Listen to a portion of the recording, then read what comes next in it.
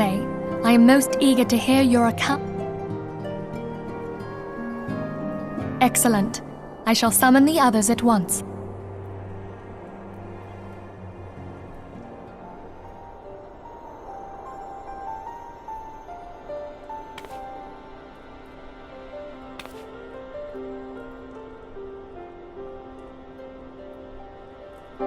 Iceheart used her own body as a vessel for a primal soul? Master Louisoix's writings make no mention of such a possibility. Can we be certain this entity was a primal? As certain as we can be that good King Mogglmog XII was a primal, I should think. Both were ostensibly... Let's not quibble over definitions. Of more concern is the implication that Iceheart retained her will, even after she was possessed. We are talking about a mortal, wielding the power of a primal. It would seem Iceheart, Shiva, Ascians, and Midgard Zoma.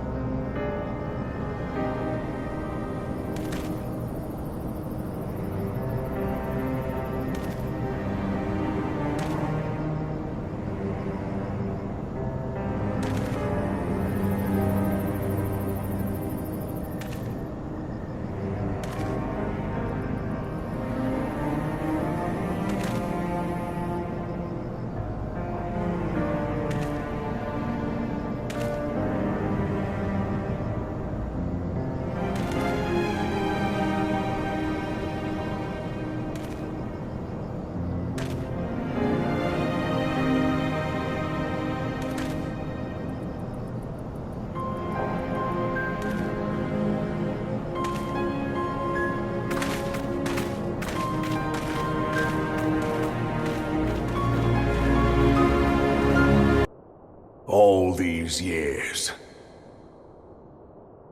How could you, Wayu? How could you side with them? Those cankers who take from this land and give naught in return, who use their power to disempower and grow fat while the people starve. I know you can hear me, monitorous scum! Your crimes will not go unpunished! Today I will purge this land of your sickness! Before the eyes of the 12, I swear it!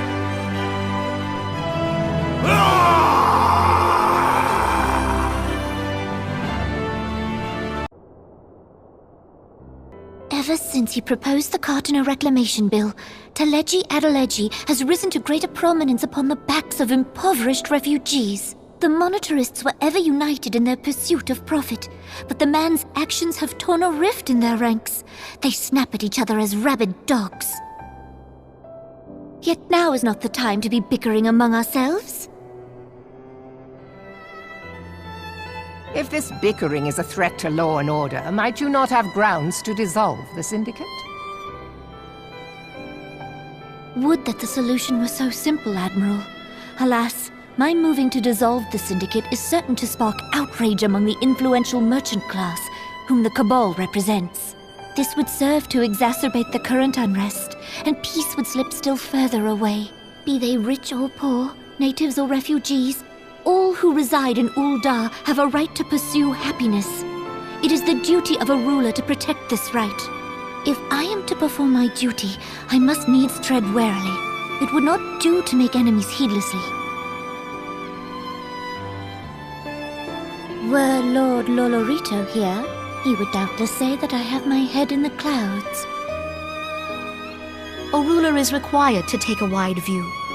Try as we might to cater to all needs, some will inevitably be overlooked. As such, there shall ever be citizens who feel aggrieved. It cannot be helped. But as you have informed us, the monetarists take no view but their own. They hunger for power while the masses starve. In the absence of a common cause, it seems beyond any one individual to make Ul'dah whole. And the presence of a Garlean agent within the Immortal Flames only makes matters worse. Even accounting for Ul'dah's historic reliance upon mercenaries, such a grievous breach of security is unprecedented. I fear this business will provide the monetarists with a rod to beat Rauban. Eorzea can ill afford for the Immortal Flames to be dampened now. Ere long, the Garleans will turn their ravenous gaze toward our lands once more. If we are to resist their might, our nations must stand together. Yet for this to happen, our nations must be whole. Cannot be done to improve the situation in Ul'dah.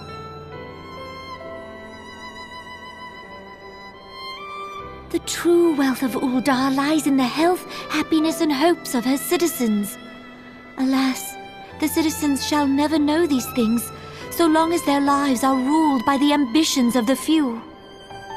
The monetarists claim to represent the best interests of the people, but in sooth they desire only to manipulate them for their own selfish ends. For the government to serve the people, it must be formed of the people. For Ul'dah to move forward, it is not only the Syndicate that must be dissolved. Nay, you jest.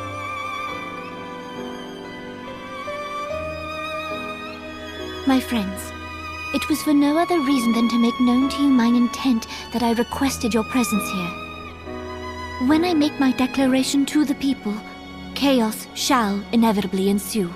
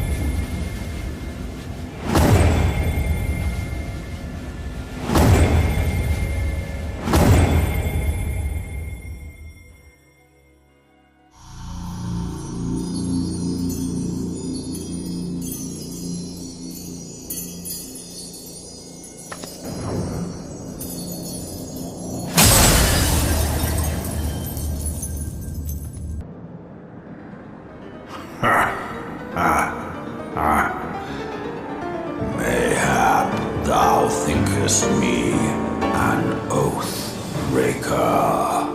Thou art mistaken.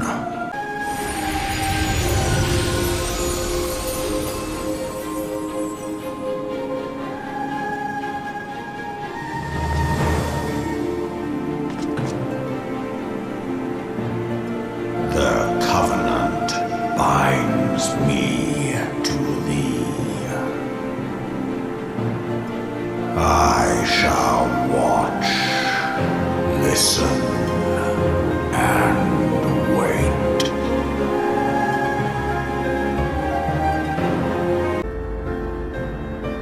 I drink of her body, and thence doth mine own find new life. When it hath grown whole, the loyal and penitent shall rejoice. The dragon song heraldeth our beginning, and